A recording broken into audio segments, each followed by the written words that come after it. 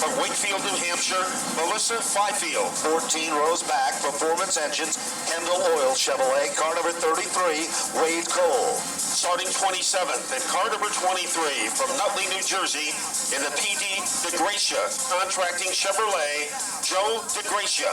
And scheduled to start back in the 26th starting position, Atlantic Sprinklers Chevrolet. That'll be the Blake Blaney car out of Lakewood, New Jersey. And next will be the 18 in the Bowie 1 Seafood Chevrolet from Calverton, New York, Ken Hagee. 12 rows back, it's the Curb Record Chevrolet for Gary Putnam, car number 77 from Vernon, Connecticut. Car number 54 will be next, the Catalina Motorsport Chevrolet, the driver, Tommy Catalano. 22nd starting position, Dolly's Collision, Custom Chevrolet, Lisbon, Connecticut, Chris Pastriak. Here's the 36, a driver from Riverhead, New York, in the Sapienza Enterprise Chevrolet, Dave Sapienza. 10 rows back, starting position number 20, the Gap Roofing Chevrolet, Eric Goodale.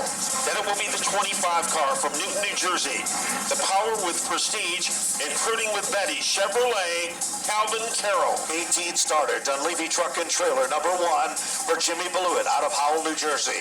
The 89 will be next, the Starrett Racing Ford from Acton, Mass, Matt Swanson. 16 starter, the Amboy Financial Gershaw Recycling, number 21 for Ronnie Williams out of Ellington, Connecticut. AAA Consultant and Natural Design Concepts are the sponsors for car number 66, driven by Sean Salamito. 7 rows back, Horton Avenue Material Chevrolet, car number 82, Woody Pitcat. Then it will be the 46 in the Riverhead Building Supply Chevrolet from Miller Place, New York, Frank Watts. Timmy Salamito, car number 16, the Starrett Racing Ford starts 12. The Sully Tinio Alivas Market Chevrolet will be next, car number 44 from Bobby Santos. And then it'll be the number 22 for Kyle Bonsignor out of Bayshore, New York.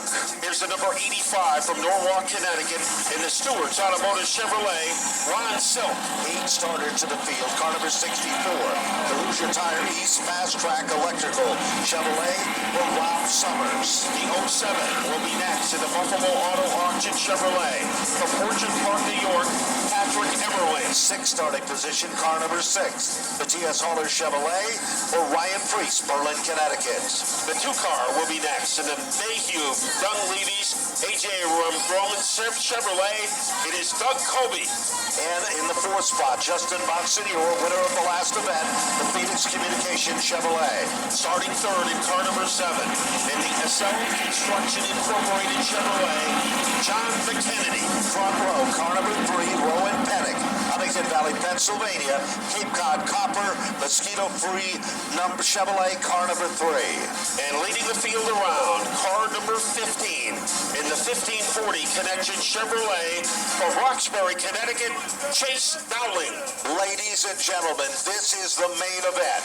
This is what they refer to as the big dance. They head off turn number 4, paired off like gladiators about to go in, center stage. Ladies and gentlemen, this is the Arute way. You waited through the rain. You waited through it all. Get up, make some noise, jump up and down. Let's hear it, because we are about ready to begin. Moments away from the start for this, the prestigious Spring Sizzler presented by Napa Auto Parts. We direct your attention to the starting stand. It will be Mike Wheeler of Napa Auto, who will be getting the field in motion and getting ready behind the mic. He has been at every Spring Sizzler, the voice of the Stafford Speedway, and New England Hall of Famer, Ben Dodge. The field is ready, 2 by 2. They set and look and anticipate the start. Off turn number 4, Chase Dowling to the inside. Row number 1, Rowan Pennick. The green is out, and Dowling leads him to the bottom of turn 1. They're trying to keep him honest is Rowan Pennick. He's right out there with him. Moving into 3rd quickly is John McKennedy, and a man who lost his position and now is trying to get it back. It's Doug Kobe. Action is for Ryan Priest. Keep your eyes on him. He's setting to the outside of Doug Kobe. Arch the bottom, black car. Neon numeral numbers. Here comes Ryan's Priest. High, wide, and handsome on the outside. Position number 5 and 6 are the stories here. Chase Dowling leads him back to the stripe. Trouble for Dave Sazarullo in the 38. He has dropped back to the middle of the field. At the front is Chase Dowling. They're trying to make something happen on the outside. Then heading by Timmy Salamito is that number 21 car. Ronnie Williams is right there. Ronnie Williams has a score to settle. Remember in Thompson, the key was all in the closing laps of the event, and he did not give up, but he came short. But today, a new day and a new deal. All of a sudden, keep your eyes on Doug Colby. Now, usually, Colby does not race this hard this early in the event, but he's running exceptionally hard. Slide down through the center of the infield now. Looks like number 66 of Sean Salamito. He's running. We're still at green. And now Doug Colby, it looks like he was ready to make a move underneath Justin Bonsignor. Decides to win. A good start for the 07 car of Patrick Emerly. He is in the top 10 of the field in 7th place. Good racing wherever you look. But the young, talented driver who's 20 years of age, graduated from Legends car racing to the SK Lights, where he secured his first feature event victory ever at Stafford. The SK Lights, his first outing was on a sizzling weekend. Chase Dowling in the LFR race car is the leader so far. Meanwhile, directly behind him is the number 3 car of Rowan Pettit.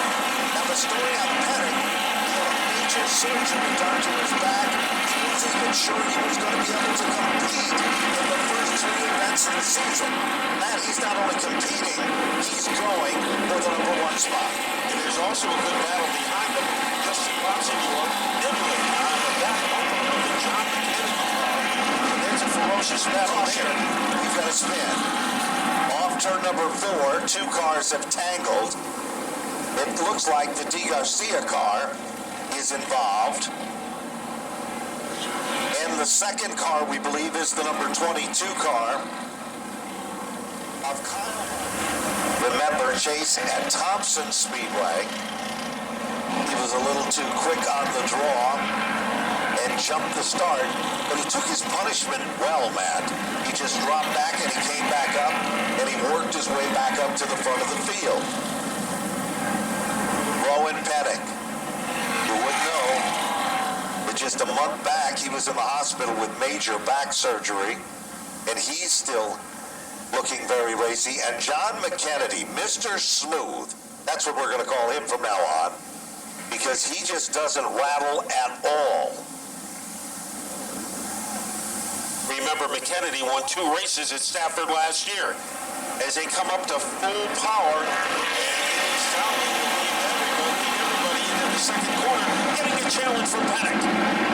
Dowling at the point, like the point of an arrow. Here comes Bonsignor, looking to the outside, and Ryan Priest. He's chasing him down. Tom and Jerry cartoon action. Little cat and mouse going on there. There are 2 cats chasing Bonsignor. Now it's Priest. Before it was McKennedy. Colby hanging around in the top 6. Then we have a 3-way battle for 7th. Emerling has it, but on the inside of him, trying to make a move, is that number 64 car of Summers. Slamming the wall with Salamito. Also involved, Jimmy Blewett in the 1. And it looks like the Sutcliffe McLean machine is the other car involved, Matt. And I'm not sure. I think that's On the outside, and Chase Dowling on the inside. So we'll see if that's... So Ryan Priest, for the time being, has sacrificed track position, and that enables Robbie Summers to move up to the top 4. Robbie Summers was as confident before the race today as I've ever seen him. And he was relaxed in his confidence. Did you notice that too, Matt? Here we go. Back up to green. Chase Dowling, 20 years of age. Showing Pettit at number 2. Here comes Bonsignor. And here's John McKennedy again. The color red. underneath Robbie Summers. That Steve LeMay car is looking very, very lazy. Summers, he has a lot of carry off the corner. Emerly gets by Ron Silk. And look at Woody Pitcat trying to get around Silk as well on the outside. Woody Pitcat, like days of old, he's redlining, manhandling, got a little wheel in some Christopher style. And meanwhile, Salamito also has come back to life. But the leader, 42 now up on the board. Shows how fast.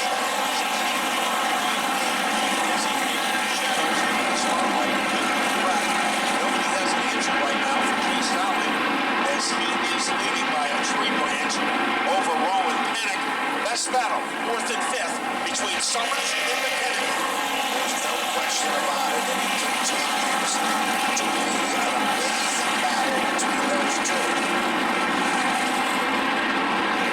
McKennedy can reel in on Robbie Summers, but not enough. He runs right in his tire tracks, but he just doesn't seem to have that momentum. A little bit of the shaker, I think now. Should have a little further back. It's Timmy Salamino. Look at that nice moving hill off turn 2, Matt. Got underneath Greg Rush. Matt Swanson trying to duplicate that move as he's halfway, 3/4 of the way underneath Rush. And he is able to get by the 46 car. The two staring cars are in formation and coming to the front of the field.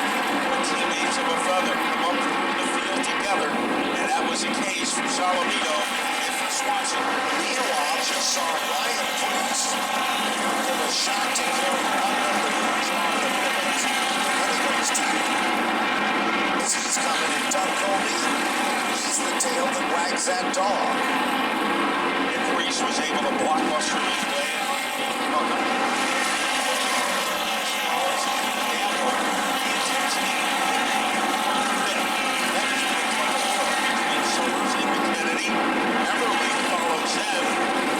Maybe sometimes you overlook all the success he's had at Stafford. He started his modified career. He's running in the top 10. Ryan Priest is up to the 14th position. Doug Colby is in the 15th position. Now, already Tim Salamito, after being involved in the jingle, is up to 10. Pitcat is 9th. And we haven't even talked about Bobby Santos, Matt. He's up to the 8th spot. Ronnie Silk in 7th. Ryan just received a one. Of course, Priest went underneath him. And then the two of Sahabi, Colby, it's like they're a tag team out there, like the Bludgeon Brothers. Priest and Colby teaming up, trying to get through the field. But it still remains Chase Dowling, leader of the pack. Oh, trouble down the front straightaway. One of the Wade Cole cars is involved in a jingle, and the Calvin Carroll car is involved in another caution situation. The caution came at the wrong time. The leader, and he's bringing in the entire gang.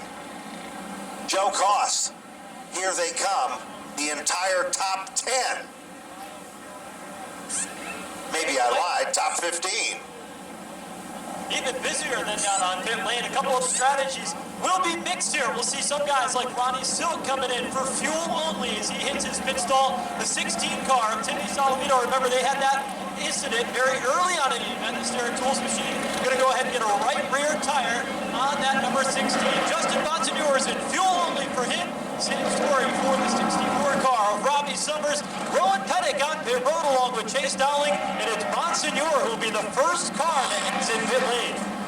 Bonsignor did a quick splash and go. It looked like that the Chase Dowling car, they made an adjustment with a little fuel. McKennedy, same thing, as they come out in the same order with that number 3 car.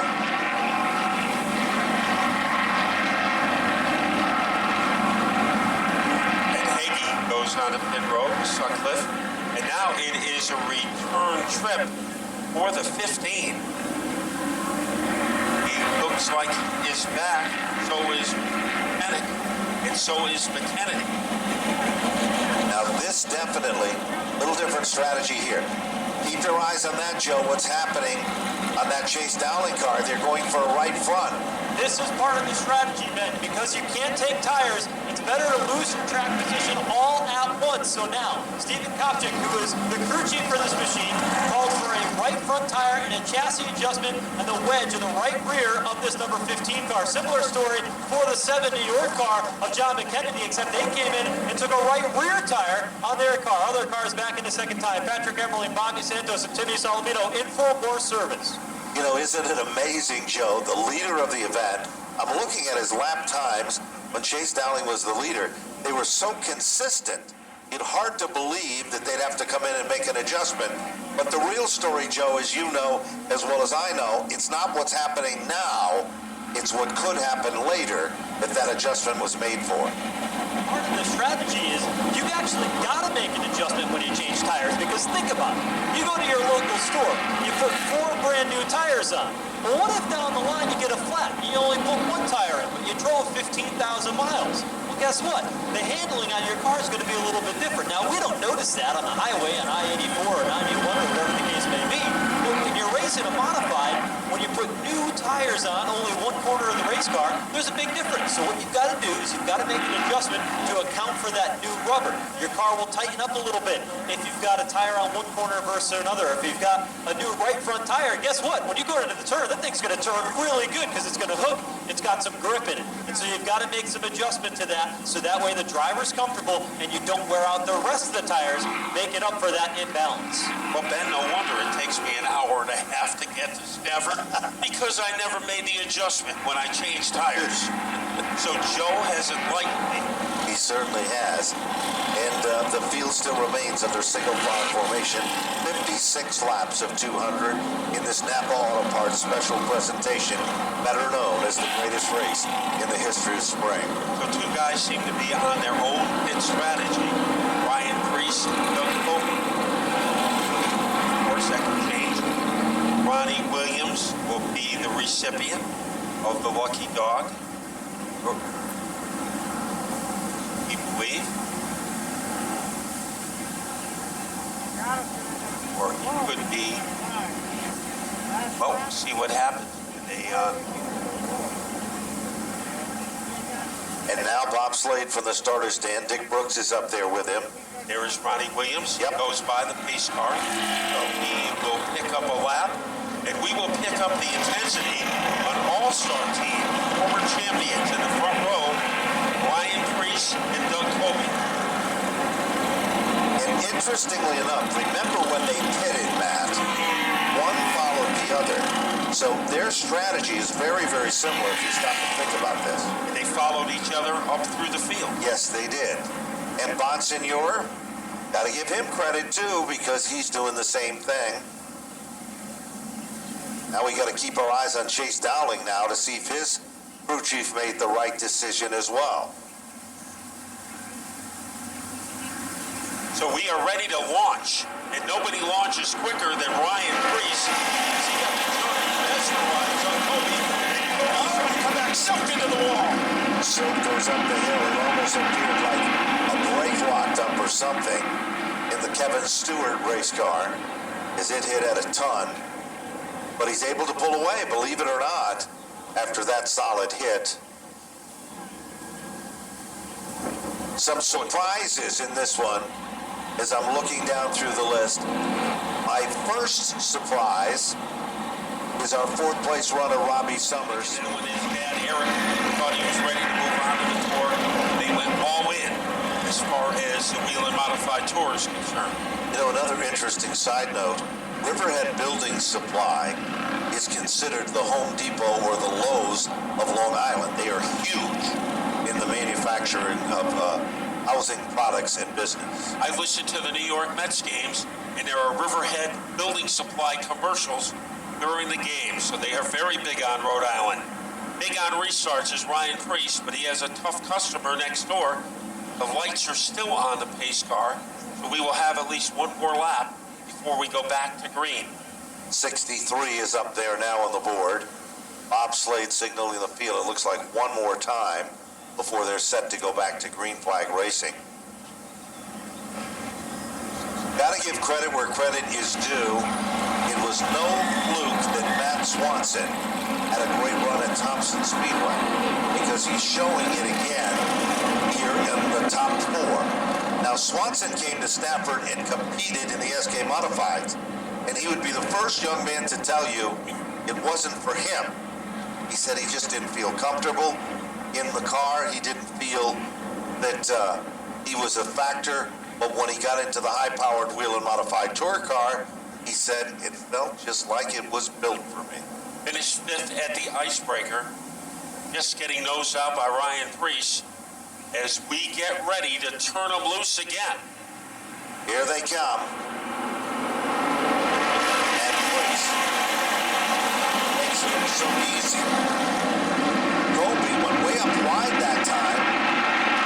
Monsignor snuck his way into the third spot. Look at Robbie Summers. He's into the fourth position, and I don't think he's done yet.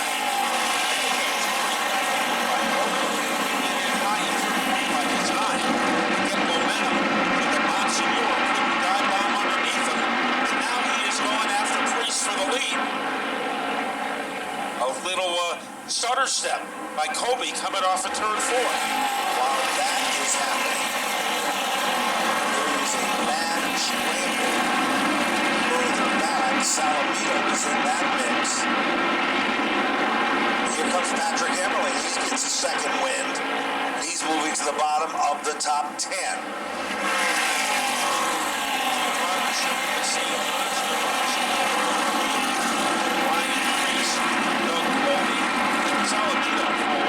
Fast on the outside, still is hanging out on the outside, trying to hold off Woody Pitcat.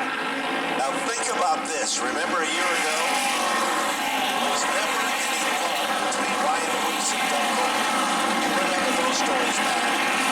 And you know, you might see page 2 in the book of stories there. And look at Robbie Summers. He's just letting Monsignor know he's there. Yeah, he can do chin-ups on his foot. Great racing, Matt Swanson, and it's Greg Lutz, the Kennedy trying to make a move down low, and Lutz shuts him down. Then it is Panic and Emerling. That is quite the combination behind our place car, Robbie Summers. Another car that's moving forward is Dowling. Here comes Kennedy. Jim Pitcat. Don McKennedy, smooth as glass, and he brings with him Rowan Pennick, Patrick Emerling. Lutz has to settle back in that position there. Rowan Pennick now. Nice crossover move. Going. Pennick has moved into the 6th spot.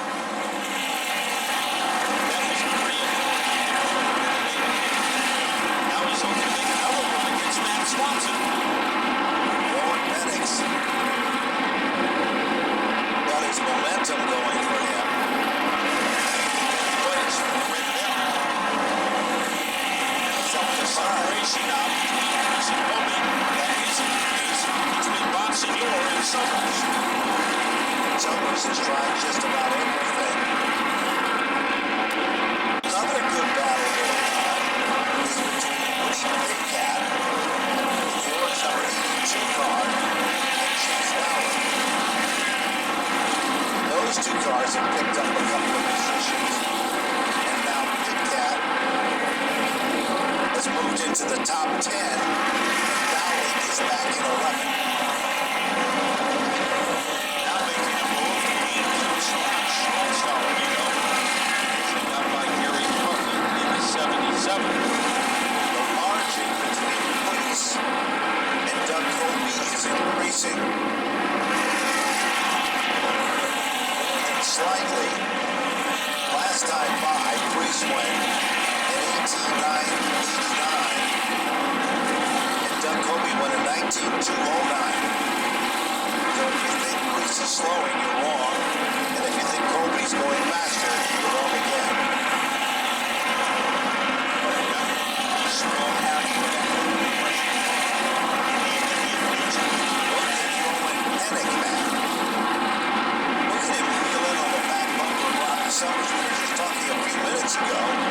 Summers looked like Superman intending Justin Bonsignor. And I think Summers we have a problem in turn 3. So the late event pit stops seem to be the most crucial ones, Matt. Don't you agree? Yeah, I think Ted Christopher made a career out of late race pit stops here at Stafford to pull out quite a few wins. He had 12 of his 4 wins here at Stafford. We are ready for a restart with Ryan Preece operating against Justin Bonsignor. Here they come. Green, green, green, and they're racing. And wow. What a great job of keeping that car to the bottom. Well, he didn't need to change the lift here. And he gets a little love tap from Bonsignor. A battle for 3rd and 4th. Robbie Summers is there. Now Emmerling is trying to excavate his way underneath Rowan Pettit. Patrick Emmerling going first. And what a day this has been for Robbie Summers and Steve LeMay.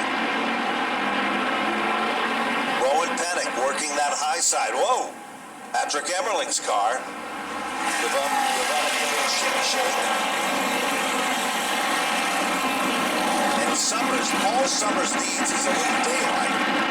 And I think he might be able to have enough giddy up to get around Justin Bonsignor, Matt, but Bonsignor is guarding the spot, and he's doing it well. Now they're inside, opening up for Summers, trying to wiggle his way underneath the 51 car. Doesn't have enough juice. Emmerling holding off Pettit. Bobby Santos is right behind them. And Chase Dowling, who dominated the early portion of this race, so is Cody. Good run there all of a sudden. Here comes Chase Dowling back to life.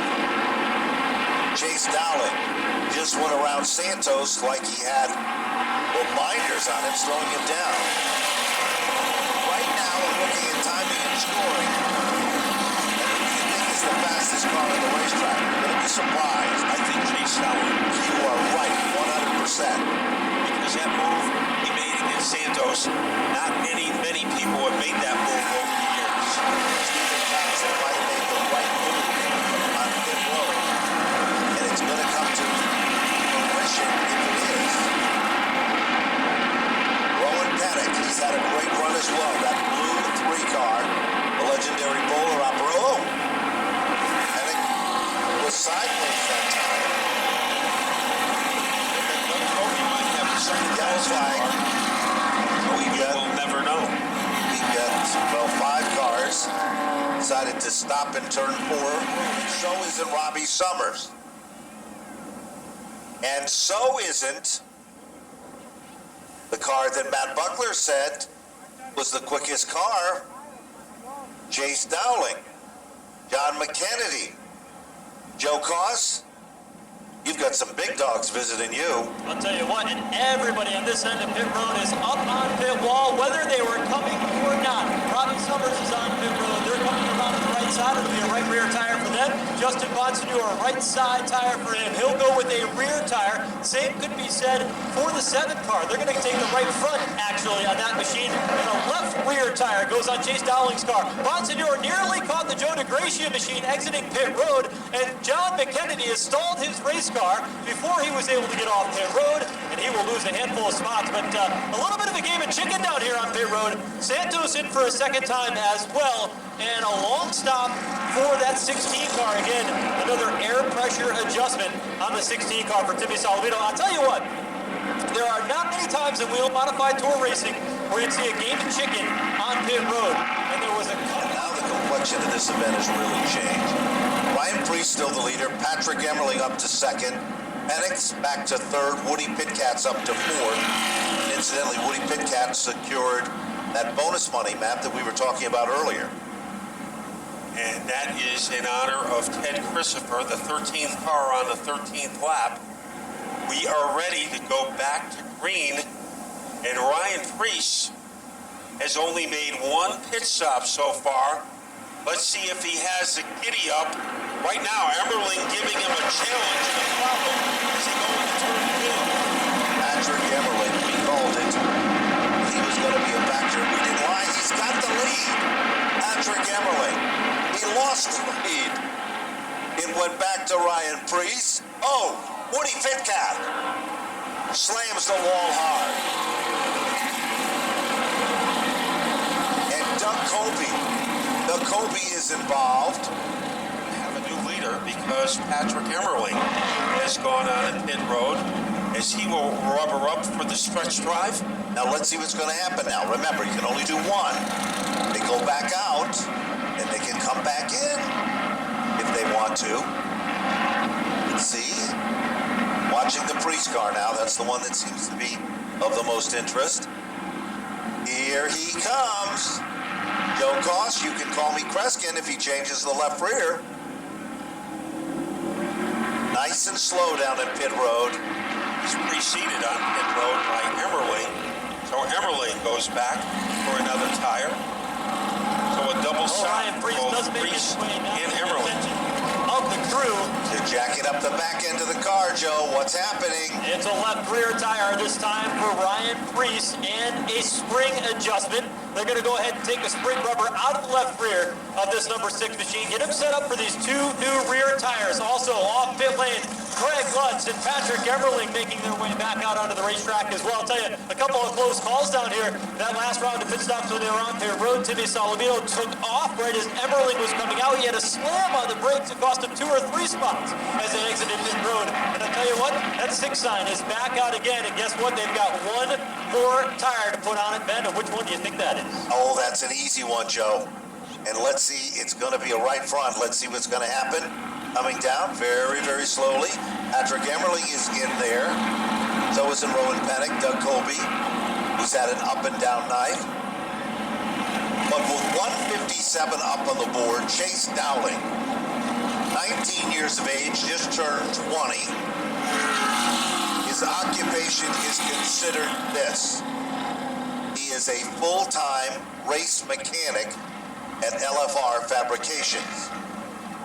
But what you might not know about Chase Dowling is, at the age of 17, he had a CDL, and he worked in the trucking business for his family-owned business. Pretty smart kid. So the third tire change for Patrick Emerling was to right rear. So he is ready to go. With 15 behind him.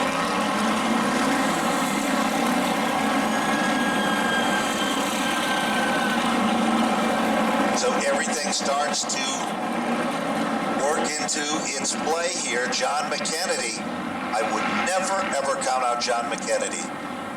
He is so quiet, systematic, focused, all those other $10 words that I can come up with. And Bonsignor is back there. Remember what happened at Thompson when Chase Dowling's little foot became a big foot and he took off too quick. But that is not the case, I don't think, this time. Chase Dowling is the leader. Here comes McKennedy. Oh, what bite he got out of turn two. Here comes Salamino. Muscling his way on the outside. And Preece is still coming. Look at Salamino. He went from the high line to the inside. Look at Ryan Preece. John Salamino was walking all over the track, but is able to keep it straight. Emerling leading underneath Santos. Preece is up to 5. Car number 6 coming forward. Meanwhile, Swanson right there contending with Santos. Watson there. Bottom of the top 10. Monsignor sees daylight. Kennedy shakes him off like a dog who has fleas. And a little smooch on the back bumper of the McKennedy car, administered by Monsignor. Does Chase Dowling have the rubber, which to go the distance? Here's Timmy Salamino. Torpedo move against Monsignor. Comes up empty. Top 6. Setup seems to be working so far for his pal. Chase Dowling, but look out. Here comes Priest. He's up to 3. He's going for 2. He looks like he's got second. No problem there. Like a superhero in a Marvel mystery comic.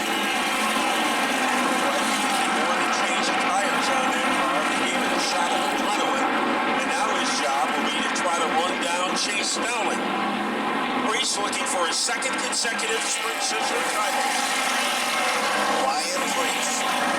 Now the quickest car in the racetrack. Monsignor coming on strong now as well. Priest is gaining every circuit on Chase Dowling. Trying to get him underneath Solomino, who is a different road prior to the pass. He can't do it. Try again, going into turn number 3. Look at Priest. He just reeled in by 3 car lengths on Chase Dowling. And now he's in Dowling's shadow. The way battle from Monsignor, but the action is up at the front. Off the turn. Wrapped automobile. Melissa Pipefield. Look at Priest. The lead is down to a toothpick. Right there in his back bumper. Goes to the outside. Ryan Priest. Dowling. Steps on the gas. Buys the car in the lead. But for how long? Dowling continues to fight him off. There it is, turn 3. Bonsai move to the outside. Dowling digging in. Back in command. Here comes over. Oh, what a great move there. What a lap traffic could become. A falter factor, and Ryan Priest is back in command. But he goes high in the corner. Here comes Dowling. Not quick enough to snatch the lead away from Priest. At 170, Priest is leading the sprint system. Priest pulled the strategy and gave him the advantage as he sets the pace. Meanwhile, Dowling has to settle back in second. Kennedy still in the 3rd spot with Monsignor.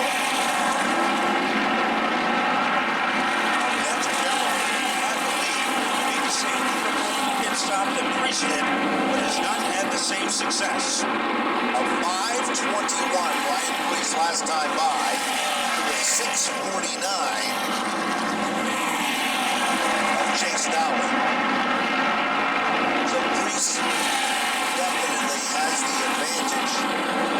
174 this time. And there is a big gap between Dowling and Kennedy, who is the 3rd place car.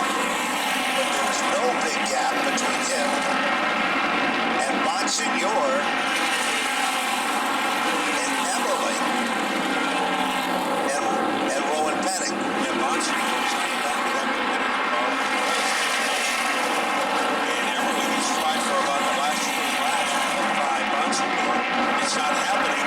Rowan Pennick looks like he might have some firepower in that 3 car.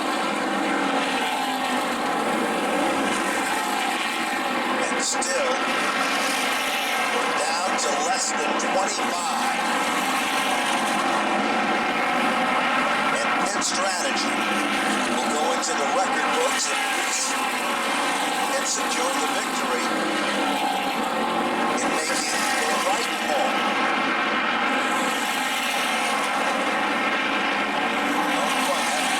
Tires, that was almost like a different race car. Priest. Remember, Dowling, she made his tire change on lap number 100. So that simply means that he has 78 more laps on his tire. Monsignor in trouble. Oh, Loses yeah. a couple of positions. Yeah, and that happened quick back. Now Everly is going after Kennedy. But all of a sudden, Monsignor, the captain, lost a couple of positions.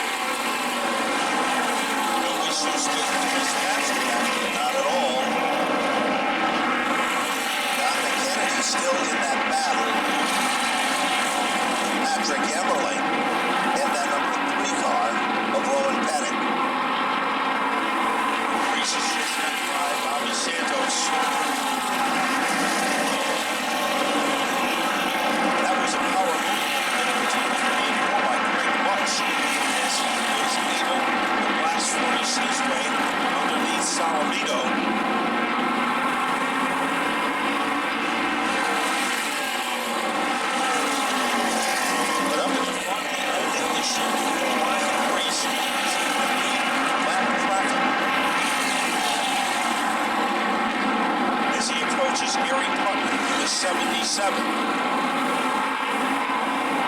And he sends it in. Coming off the 4, he is able to get by to 77. Catalano is the next car. And if you look at the margin between first and second, it is getting bigger and bigger as the clock ticks away. There's no overtime in this game whatsoever. Reese's last time by a 2-2-1. Dowling a 2-19.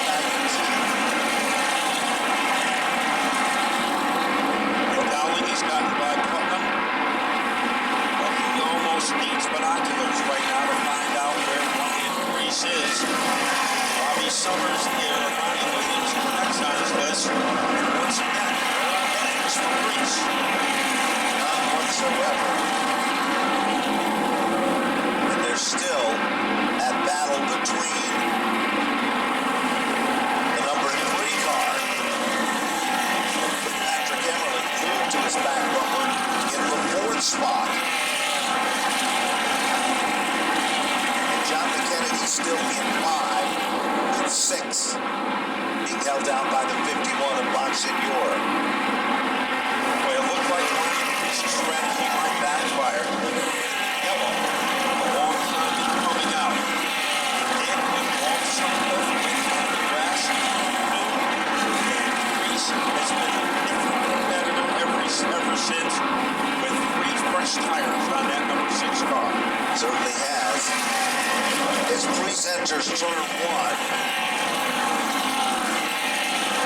And now down the back straightaway, it's about a full straightaway distance between him and Chase Dowling, who's currently running in 2nd. And then about the same distance is Dowling and the number 3 of Rowan Pettit.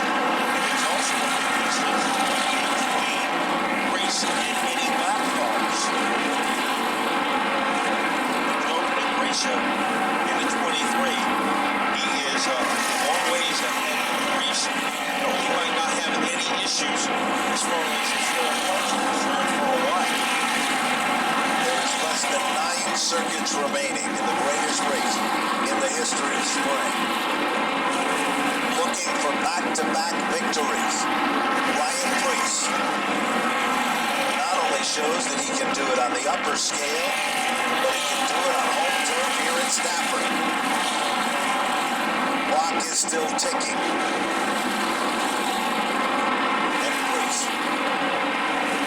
with a commanding lead over Chase Dowling in 2nd. Dowling is by 8. But it is a Grand Canyon-esque lead right now for Reese. No problems getting by DeGracia. Now Lee Cole, the veteran competitor, in front of him. And the countdown is started for Ryan Reese. Remember, even though he won't be able to win the individual title because of the races he will miss, his car owner, Eddie Partridge, has a great opportunity to win the owner's title for the 2nd straight year. Absolutely. And that is what they've been shooting for. This time, when Ryan Preece comes back to the line, he'll get the high 5, indicating 5 circuits remaining in the event. And now he is approaching the back rumble just past the car, but he has gone by him about 3 times today, and he does it again. The countdown in this Napa Auto Parts special presentation.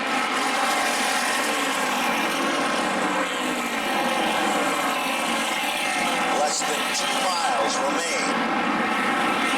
And Ryan Preece's strategy has paid off.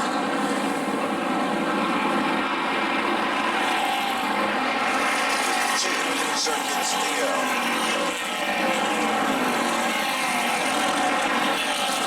Chase Dowling, a couple of lap cars in Reese. When Ryan Reese hits the line, he will be 2 laps away from his 2nd consecutive sprint system. Preece Jacoby just ahead of him. This time when he comes back on turn number 4, white flag is out back. And this could be a coronation lap for Ryan Preece. As the man in front of him is Jacoby, he has plenty of breathing room. And here is Ryan Preece entering turn number 3 for the final time. Ryan Preece has done it. Back-to-back victory. 2018 Napa style. From the greatest race in the history of spring, Ryan Preece has done it. Chase Dowling will finish in the runner-up spot. And rounding out the top 3 on the podium will be Rowan Pettick. Patrick Emerling to finish in the 4th spot. Greg Lux for 5.